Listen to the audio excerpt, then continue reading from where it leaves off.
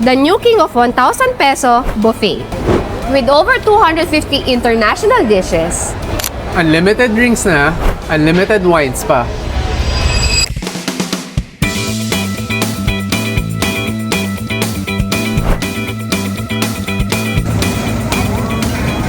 So kung mapapansin nyo kanina, grabe, wala pang 5. Ang haba na ng pila sa labas. Para sa bagong kabubukas lang ha, ang dami ng kumakain. 1 month pa lang sila. Usually mahilig ako sa mga ganun eh, pero ito hindi ko masyado nagustuhan. So-so lang.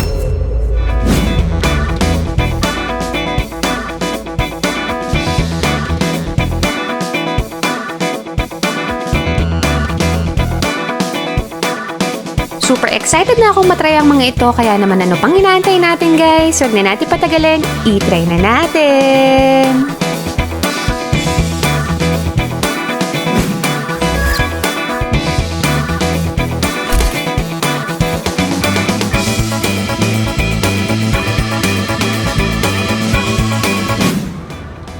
Hi guys! So isa na namang food trip tong gagawin natin. Nandito tayo ngayon sa may SM North The Block kasi meron tayong itatry na bagong buffet dito. So excited na ako. Ngayon, kung mapapansin nyo, medyo paus tayo kasi kagagaling lang natin sa sakit. Pero ayan, medyo nakaka-recover na tayo. So ito, balik vlog na ulit tayo. Medyo nagpahinga lang tayo ng 1 week. Ayan, tara, pakita ko na sa inyo kasi first time ko lang din dito. Let's go!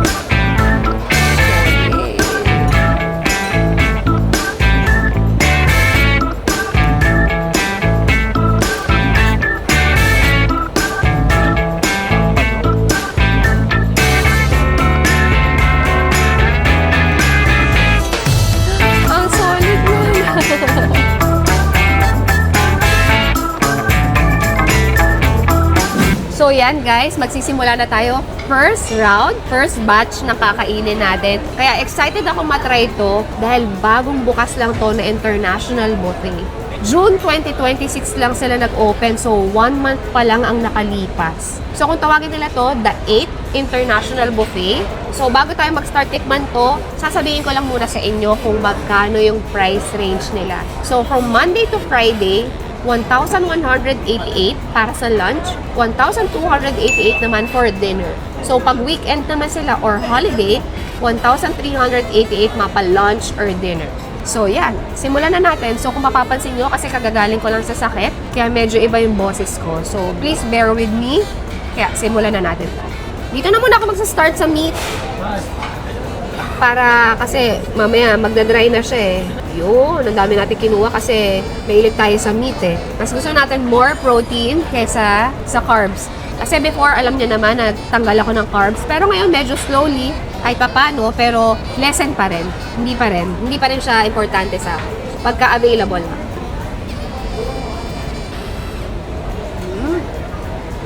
Very tender. Sakto lang yung lasa niya. Hindi masyado maalat.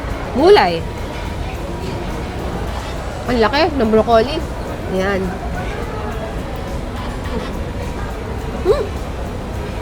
So, for dinner tayo kumain dito. Nag-o-open sila ng 5 p.m. So, kung mapapansin nyo kanina, grabe. Wala pang 5. Ang haba na ng pila sa labas. Para sa bagong kabubukas lang ha, ang dami ng kumakain. 1 month pa lang sila. Imagine that. So, yan. Sa skewers na tayo. Sausage. Kasi sa sausage, gusto ko yung medyo tostado eh. Pero hindi naman lahat ng parts. So, kaya ayan, merong hindi part na toasted. Merong toasted. So, let's go.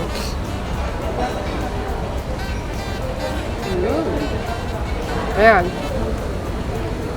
Just the typical sausage. Then pork. Yan, try natin.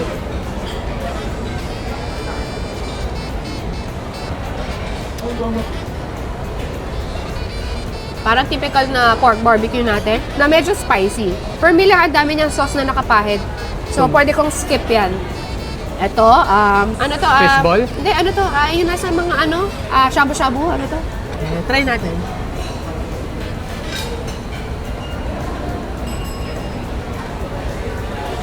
Squid ball nga, na tostado. Medyo may pinahid siya, medyo may matamis siya na part eh. So, ito, I think, asado. Asado glaze. Ayan, isa na lang.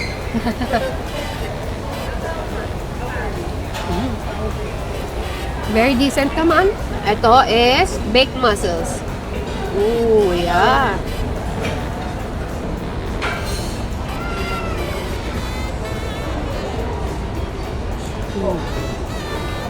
Yun, juicy. Okay, so macaroni na tayo. Save natin tong pinakamagandang kinuha ko. Pero hindi ko alam kung ano lasa niya. Cheesy macaroni. Let's go here. Uy, shrimp salad. Yan sa Chinese restaurant eh. Oh, yeah. Pag gusto mo yan. Prawn salad pala. Hindi pala siya. Yun. Prawn. With pineapple. Yeah. Oy, mukhang perfect tong sinave natin sa lasa.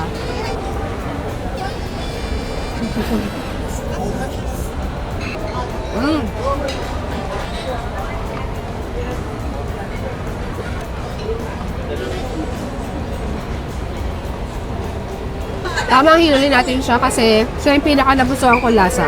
So, okay, natikman na natin lahat na kinuha natin dito sa isang plate. So, for me, ang i-recommend ko, itong beef siguro, tsaka ito, prawn salad. The rest, okay naman, very decent, pero baka isi-skip ko na siya. Yun, so, dalawa yung recommended ko, the rest ng kinuha, skip na siguro. Siyempre ako, ang first round ko, puro meat. Wala akong pakialam sa mga carbs. Basta meat lang ang target ko. Tignan mo naman, oh. Sobrang daming assorted. Try ko yung beef. Itong stir-fried beef. Looks good lahat Siyempre. Pag ako pumili ng food, lahat yan nutritious. Pag ako pumili. Lahat quality. Lahat quality yun. Para sa katawan. So, try natin. Ito, Chinese to. Chinese cuisine na Chinese dish na may bell pepper.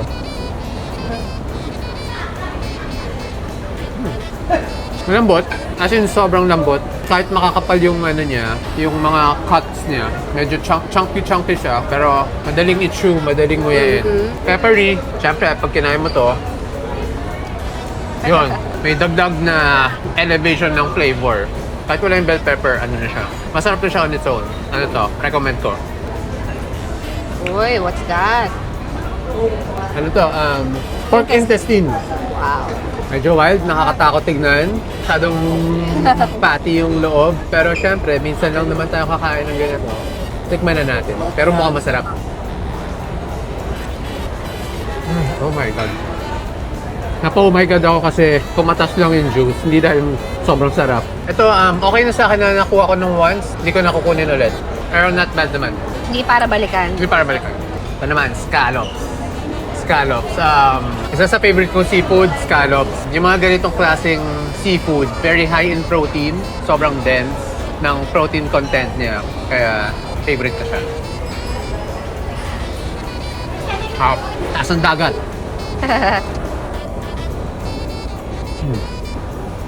Sobrang sarap. Iba kasi yung scallop na maliliit eh. Iba rin to, iba yung flavor. Ito, manamis-namis. Ayun nga, lasang dagat. Parang, di ko alam eh. May something sa lasa ng dagat na very attractive sa akin. Recommend ko na matry yung, babalikan ko yun, kumbaga, yung scallop na yan. Ito naman yung pork. Parang braised pork na, ko alam, Chinese dish din to.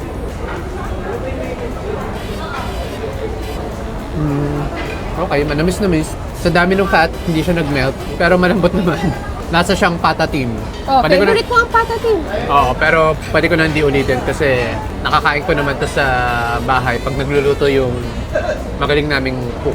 Tapos ito, syempre, duck. Ito naman duck. Ang duck kasi ibon, di ba?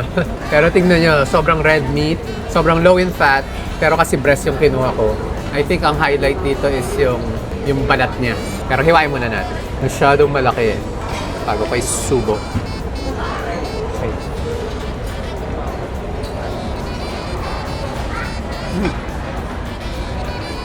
Nasa Hong Kong. Very close to yung ginagawa sa Hong Kong. Nagustuhan ko to. Ito, pwedeng balikan to. Man natin yung balat lang. Yung skin nitong duck, magkaiba sa chicken. Ito, very fatty. Very flavorful siya eh. Malayo sa chicken eh. Tapos medyo golden brown pa oh. Tignan natin kung sasabog sa bibig yung fat niya. Okay. Flavor-wise, nandun naman.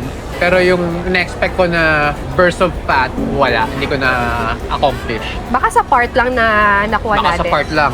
May ibang part ng duck na mas fatty, no? Kasi yung last time na, Pero ano naman, masarap naman. Pwedeng balikan to. Pwedeng balikan. Tsaka ano to, red meat to. Very quality sa katawan. quality, very nutritious. So, syempre, alige. Source of good fat. Okay, so crab ka na. So, itong aligyan ng crab, nakita ko siya, kinuha ko to kasi maraming laman, diba? Pero, ayun, upon trying to eat this, hindi ko matanggal sa shell, matigas.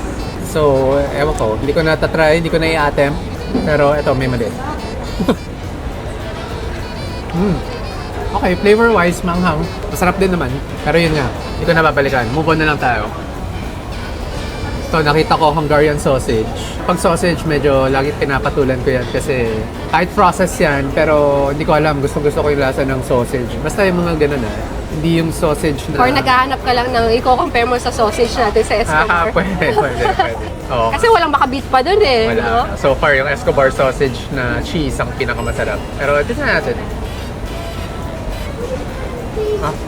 Okay. Ito smoky, pero typical sausage lang. Pwedeng skip. Ito naman. May mga luya. So ano to? Pampano. Pampano na may, I think, tausi. Tausi yata to. Pampano masarap kasi makakapal yung meat. Very fine. Tapos hindi matinik. Kaya one of the best fishes yung pampano for me. Tsaka mahal din. Mahal ba? Mahal per kilo sa palengke. Oh, okay. Well, steamed lang siya. Ito may black beans silang hinalo. Yun lang yung nagpapalasa. Pero basically, walang lasa yung meat sa loob. So, kailangan haluan ito. Masarap yung sauce ng yung black bean sauce niya. Para ba siyang yung yung luto sa Chinese na lapu-lapu? Ganon. Walang ganong toyo eh. Hindi ganon. Hindi ganon. Ibang luto. Medyo plain lang talaga yung lasa. Okay. Pwede kunin once, tapos save mo na yung space sa chan mo para sa iba. For second round din. For second round.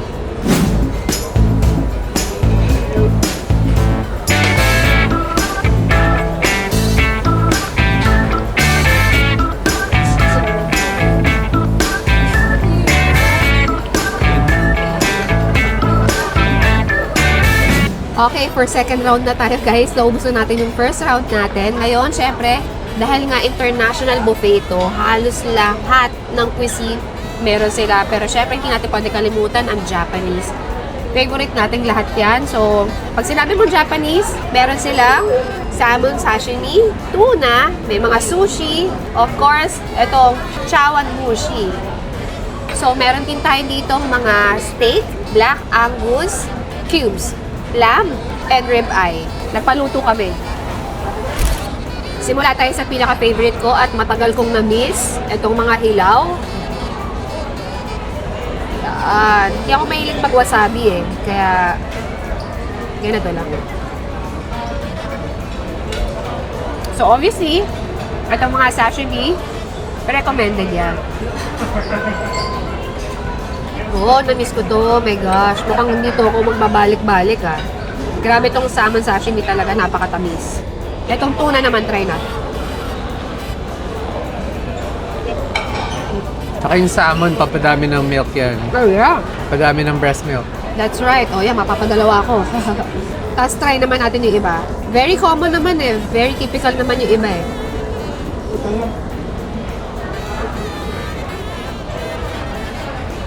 Pag Japanese, ito favorite ko to. Chawanmushi.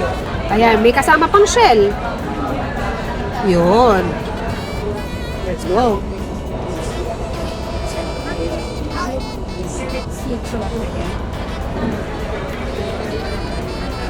Actually, kanina, sobrang umuusok pa to sa init. Ngayon, medyo malamig na. Eto guys, dito ako na-curious. First time ko lang makakita ng ganito. Hindi ko alam kung ano to. So, yan siya oh. Yan sa ilalim. Try natin.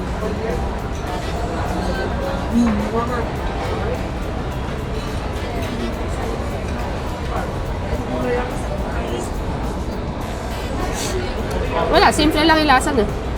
Parang may konting alat lang. Okay naman, pero syempre, kasi may rice siya eh, di ba?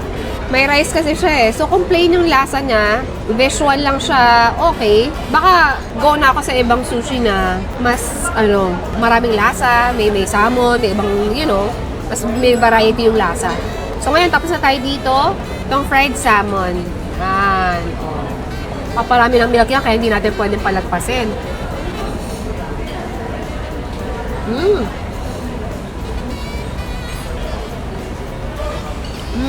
Crunchy. Oh, wow. Gandang part ng salmon yung nakuha natin. Ayan, oh.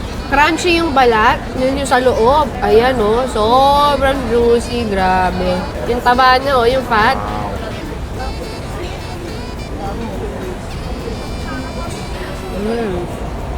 Pumatas yung oil, yung juice niya.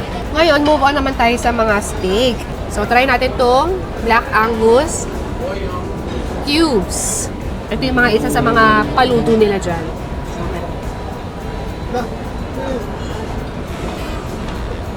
In fairness, malambot.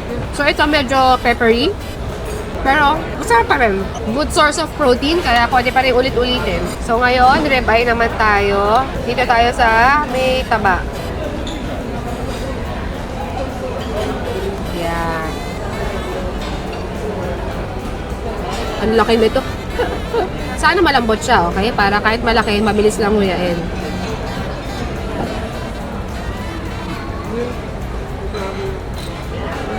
So, hindi ganun kabilis na nguya, pero malambot siya. Siguro may konting sumabit lang sa part na nakuha natin.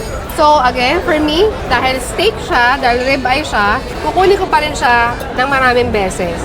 So, sa lamb naman tayo. Mataba-taba din siya, oh. Lamb.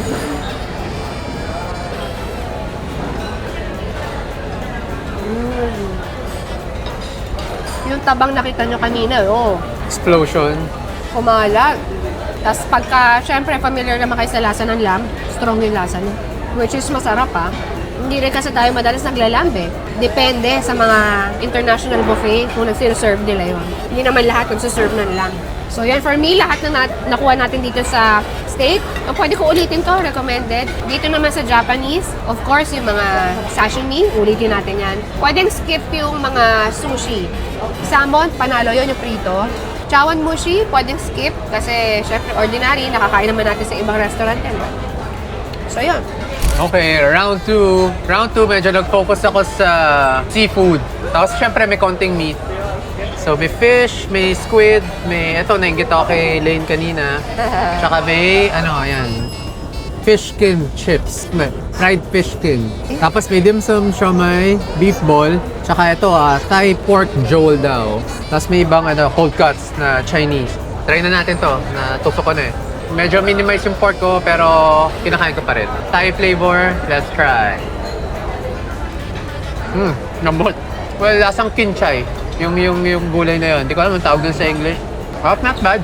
Nag-stand out siya kasi malambot. Medyo nakakagulat yung lambot niya. Hindi siya mahibla na parang, mahirap po yan. Easy to chew. Pwedeng balikan.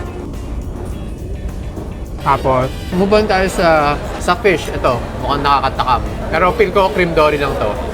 Dohang dory, very malambot. Pinong-pino yung laman. Favorite ni Achi yan sa fish. Favorite ng panganay ko. Try natin. Ano to? I think Chinese dish din to. Lambot. As always. Flavor-wise, pwede na. Nothing special, pero very light siya. Kaya kahit maraming balik ka, hindi siya mabigat sa tiyan. So, pwedeng balikan. Ito, syempre, nanggit ako. Dahil cheese pa lang eh. Mahilig ako sa cheese. Tapos nilagyan pa ng tahong. Mahilig din ako sa tahong. Yan. Tapos sabi niya juicy, kaya tikman natin kung juicy yung tahong. Juicy ba yung nakuha mong part? Juicy, yes. Very juicy. Parang lasang tubig. Pero hindi to sa salt water eh. Fresh water lang ang tahong. Sa pagkakaalam ko. Hindi ako 100% sure. Comment below. Comment below kung tama ba na sa fresh water to lumalaki. Ang alam ko dito, yung egg niya nakikita ko kulay pink na makikita mo sa mga kahoy-kahoy ng mga... Oh yeah, yung parang ako kung nakikita ko yung parang kakadiri kasi nasa wall siya, di ba? Nasa wall, Parang yes. Ito, try natin. Oh, wow. Lutong. Lutong. Salted egg flavor. May flavor pa. Masarap. Meron nabibiling ganito na Singaporean na brand na ganito lang tapos salted egg. Ganun yung lasa. Sarap, malat na lahat, pero very satisfying. Lalo na yung crunch niya. Oh, wow. May nakita rin akong roasted garlic. Ayan, man. Basta garlic, masarap. Pwede isabay sa steak yun Oo nga, no? Tikman natin yung squid. Di ko alam anong luto, basta nagsaswimming siya sa oil. Wala nakasulat kung anong luto to eh. So, tikman na rin. Medyo spicy pero wala masyadong lasa. Though bouncy yung texture ng squid. Hindi siya overcooked, hindi siya undercooked, perfectly cooked. Wala lang lasa. So, siomai, kung makikita nyo, may shrimp sa ibabaw. So, I think siya, pork and shrimp siomai, kaya malalaki. Kasi maraming ingredients sa loob. Hindi na ako kumuha ng chili oil kasi tinatamad na ako. Kwento mo sa kanila na pagkadating sa mga siomai or any dim sum, tinatanggal mo yung balat. Oo. Well, yung wrapper kasi ng mga dim sum, tinatanggal ko yan normally. Kasi extra carbs kasi yan na hindi ko naman talaga, hindi kailangan ng katawan ko. All the time, yan ang ginagawa All niya. the time. Gusto ko lang yung loob. Yeah, normally talaga tinatanggal niya yan. Yes, kasi unnecessary carbs siya. Ito yung mga hindi mo akalain na magpapataba sa'yo kasi part of siomai di ba? Pero ako, very very attention to detail ako pagdating sa food. Super. Para hindi ko kailangan masyadong magpagod sa workout ko. Tama. Di ba? Kasi lugi, short-term pleasure lang to eh. Tama. Ayan, nahubaran ko na. Short-term pleasure lang to, ngayon lang masarap. Bukas, babawi ko sa gym, mas nakakapagod, diba? Tama rin. So 5 steps ahead lang ako mag-isip. Wow, legit. Ito, legit siomai. Kita nyo, chunky loob, hindi durog. Pero may isang hipon lang siya on top. Wala siyang hipon in between. Pero masarap. Move on tayo sa next. Recommended ko to. Kahit hindi nyo alisin yung wrapper, masarap siya. Ito naman, pork to na kasama to palagi sa mga cold cuts ng mga Chinese restaurant. Isa to sa appetizers nila. So, sinaserve to ng malamig, hindi mainit. Tapos, medyo parang jelly yung texture. Tingnan natin kung pareho. Pwede na, hindi ko masyado nagustuhan. For me, skip to. Kami isa. Ito rin, kasama to sa mga cold cuts ng Chinese restaurant. So, lumalabas to palagi sa start ng kain. Tikman natin. Usually, mahilig ako sa mga ganun eh. Pero ito, hindi ko masyado nagustuhan.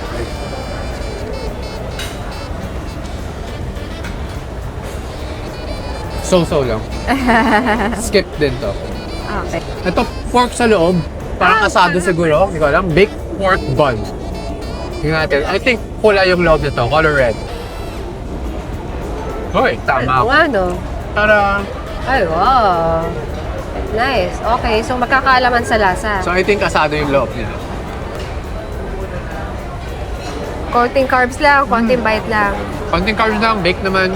Mas masarap siya kasi ng kasama yung bun pag kinagat. Kung yung meat lang kinain ko, medyo hindi kompleto yung experience. For me, mas masarap yung bun niya kasi manamis-namis parang pastry kaysa sa loob. Ito naman, ito yung isa sa mga nakakuha ng attention ko. Ito. Ano to parang soup yata sa loob. Tingnan natin kung anong laman. Wow. Ay, ang cute. Yan. Ano yan? Pastry yung labas. Tapos may... Feeling ko ano to? soup. May soup. Soup. Ano Tapos na? ididip mo siya doon. I guess, oo nga, no? Try na natin. I-try na natin.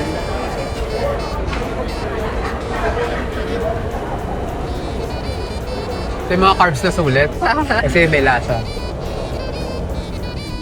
Wow, marap to. Oh, Buttery yung crust, buttery din yung loob. Parang croissant yung texture na, no? Sarap to. Ito yung mga sulit talaga yung carbs. Pili ko parang chowder or something. Must try. Recommended.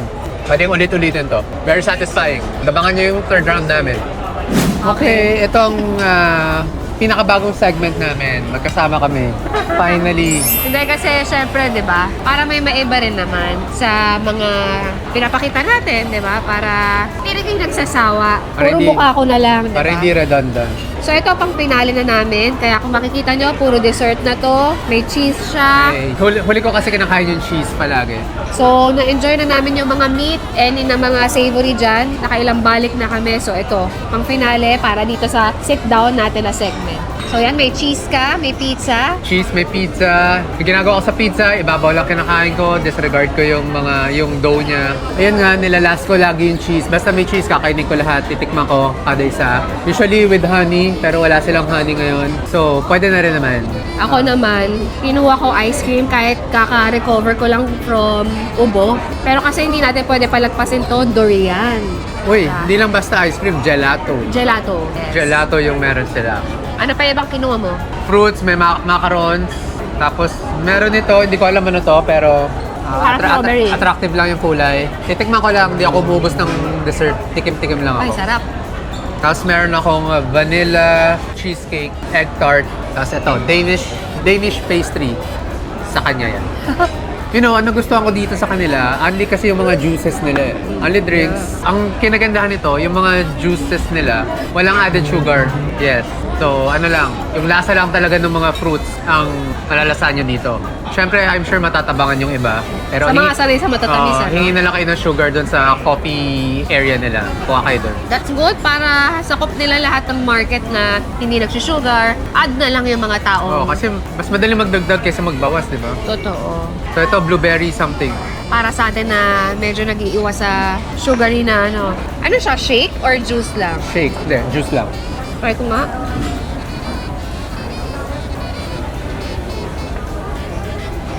Bawa na. Wala kang lasa. I mean, pero lasa mo yung pagka-fruit niya, di ba? Oh. So anyway, ito. Isa sa favorite kong cheese, blue cheese. Lalo na kung may honey lang talaga. Oo. Wala sir honey? Wala, pero pwede na. Hindi ko pagtsatsaga, masarap pa rin to for me. So ano bang pwede natin i-share sa kanila? Bukod sa habang ini-enjoy natin to, kain natin dito. Something na may mapupulutan silang aral or something na... Kasi Ano may gusto mga- mo? About health? Pwede rin, about Gusto mo health. sagutin natin yung ano? Mga ibang nagtatanong sa atin, Nagtatanong, food vlog yung content, kain kami ng kain. ba't hindi tumataba? Ba't hindi kami tumataba? Ikaw yung expert dyan. Well, kasi ako, nung bata ako, pinataba ako ng nanay ko. As in, inutos niya sa yaya Ay, grabe, namin. sobrang cute niya kung makita nyo. Magpa-flash ako dyan. Inutos sa yaya namin na wala akong pakialam pa anong gagawin mo, basta patabain mo sila. So yun, so lumobo ako ng gusto. Pero syempre, nung mga grade 4 ako, nung ko na, pag tinitignan ko yung sarili ko sa salamin, parang nalulungkot ako kasi lagi ako inasar na mataba. Tapos, lagi akong last, mabagal, pawis, lagi may libag. Ganon. Alam mo na. Hindi, pero Yung kasi mga bilbil ko sa gitna, may mga libag-libag yan. yung mga matatanda kasi before, ganyan yung cute for them eh. Yun yung healthy sa pananaw nila. Oo, pag hindi ka mataba, wala kang kinakain, Oo. pag payat ka. So, syempre, ayaw naman masabihan nanay ko nang hindi kami pinapakain. So, yan, pinataba niya kami, di ba? Yeah. Ay, dumating yung time na, alala ko yun, grade 4 ako. Medyo tingin ako sa salamin, medyo nade-depress. Nalulungkot ako. Sabi ko pa, bakit ganito? Ba't yung mga... Grade 4, gano'n na, naiisip mo ah. Mga pinsan ko, hindi naman. Payat naman sila, athletic pa. So, lagi akong last. Pag naglalaro kami ng habulan, Mabagal ka. ako lagi saya. Tapos hindi ko sila mahabol. Sarap to, truffle pizza. Oh. So, syempre, hindi ko pa rin nalaman yung sagot nung grade 4 ako. Pero nung nag-college na, nung nag-high school na ako, doon ko na-discover na mag-gym. So, process naman to, long journey para Hindi instant, walang gaon. para ma-reach ko yung katawan ko na kahit anong kain ko, hindi ako tataba. So, yun. Pero eto ngayon, ang ginagawa ko usually is, nagpa-fasting ako. Pero yung fasting ko, wala akong mga, hindi ko alam anong tawag sa mga fasting nun. Basta ginagawa ko na lang. Kumbaga, pag nakakaramdam na ako ng gutom, alam ko hindi ko dapat ikain. Pinapatagal ko yung gutom. Wala tayo, hindi yan yung tipong tinatawag nilang intermittent Oo, fasting. Hindi ko binibilang ganito. yung oras. Basta, ito kasi yung technique or rule dyan. Basta hindi ka gutom, Wag hindi ka- mo kailangan kumain. Like sa breakfast, di ba? Yan yung sinasabi nilang importante na kumain ka sa umaga. Pagising mo, ganyan, breakfast. Mm. Pero in reality, kung magre-research ka, Hindi. breakfast hindi kailangan. Sabi nila, breakfast is the most important meal of the day. No. Ako naman, I disagree. Dapat hindi kinakain yung breakfast kasi alam mo bakit? Logically, nung pagka natulog ka na, sabi natin 8 hours, di ba? Siyempre, gigising kang gutom. Kasi 8 hours ka walang kinain.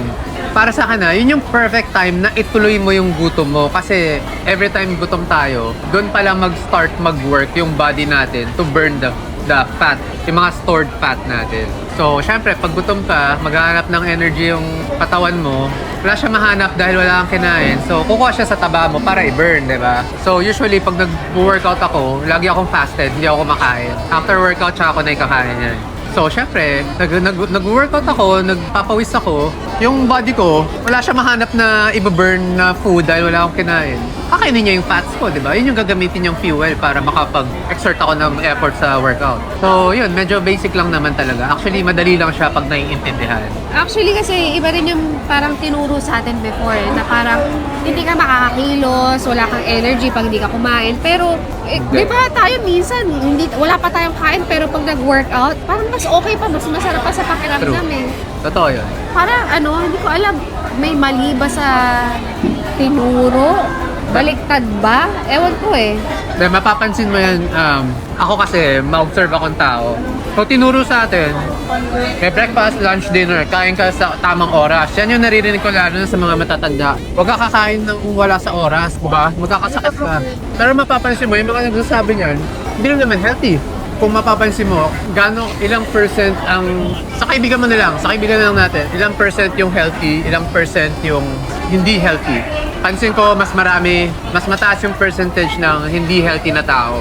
Whether too skinny or medyo lampas sa weight lampas sa tamang weight. Mas marami yung ganon kaysa sa mga taong nasa tamang weight tsaka healthy. In short, hindi nagmamatch yung tinuturo sa atin tsaka yung resulta. Para sa akin Kung maniniwala ka sa isang advice, kanino ka ba maniniwala? Yung sa may resulta na or yung wala? Basta lahat to for me lang. Hindi ko sinasabing gayahin nyo. Hindi ko sinasabing, lang, May kanya-kanya naman tayo. baka lang makakuha kayo ng something na nagre-resonate sa inyo, di ba? Or may something na mag-click sa utak nyo dahil sa mga sinasabi ko. Pero definitely yung sinasabi ko para sa akin lang. Parang ganito kasi yung logic nyo. Kukuha ka ba ng money advice sa taong broke? Tama. Di ba? Hindi. Para sa akin, hindi. Hindi ako magtatanong ng financial advice sa taong walang... Narating. Sa taong broke, di ba? Yeah, tama. Naglulook up ako sa mga taong malayo na yung narating. Yeah, Doon ako sabi- magtatanong. Sa resulta nga. Magtatanong ka ba ng relationship advice sa taong never nagka-girlfriend? Or Oo. never pumasok sa relationship? Or Ilang- madalas, laging nasa breakup. Kumbaga sa akin, very mindful lang ako sa pinapasok ko sa katawan ko. Hindi porket masarap kakainin ko. Mas nakafocus ako sa long-term na effect kaysa sa short-term na pleasure. Kasi yung mga kids ko maliliit pa yan. Lalaki pa sila. Ako tatanda. Hindi pwedeng habang lumalaki sila, tatanda ako ng magiging magkakaroon ng sakit. Tsaka magiging weak. Magiging weak, di ba? Tapos syempre gagayahin din nila yung kinakain ko. Gagayahin nila Growing up, yung habit, di ba? Gagayahin nila yung habits ko. So, nagsaset lang ako ng good example para sa kids ko. Para pag wala na kami sa side nila, aware sila kung ano yung dapat kainin or dapat in moderation or dapat paminsan-minsan lang. Right, kagaya na to. Syempre, di ba, may mga dessert. Kung paminsan-minsan lang, okay lang. Di Yeah, ba? minsan-minsan lang. So, ano lang din, kung marami ka nakaing very unhealthy food, bawi ka sa activities, di ba? Ganun lang. Kung ayaw mong, kung tamad ka mag-activity, tamad ka maglakad, mag-jogging, mag-workout, bawasan mo yung kain. Ano lang yan, directly proportional yan. Tama. Masarap yung egg tart nila. Talaga ba? Bitin lang ako, mas malaki yung Trust. crust. Kung nilakihan nila yung parang Eh, syempre, tinitipid yan. Oo, yan. Ay, hindi naman tinitipid, pero costing. yes. Pero masarap. Oh.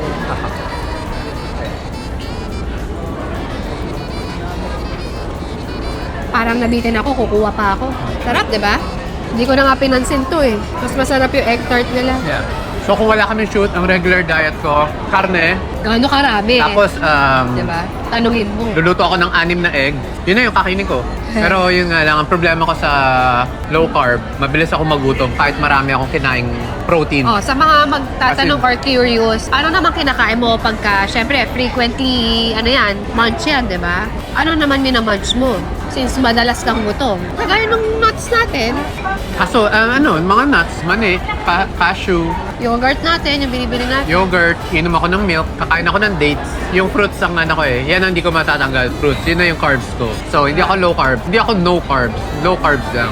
Though pag nag-fruits ako, marami din talaga. As in, para akong monster pag kumain ng fruits. Isang plato, puno.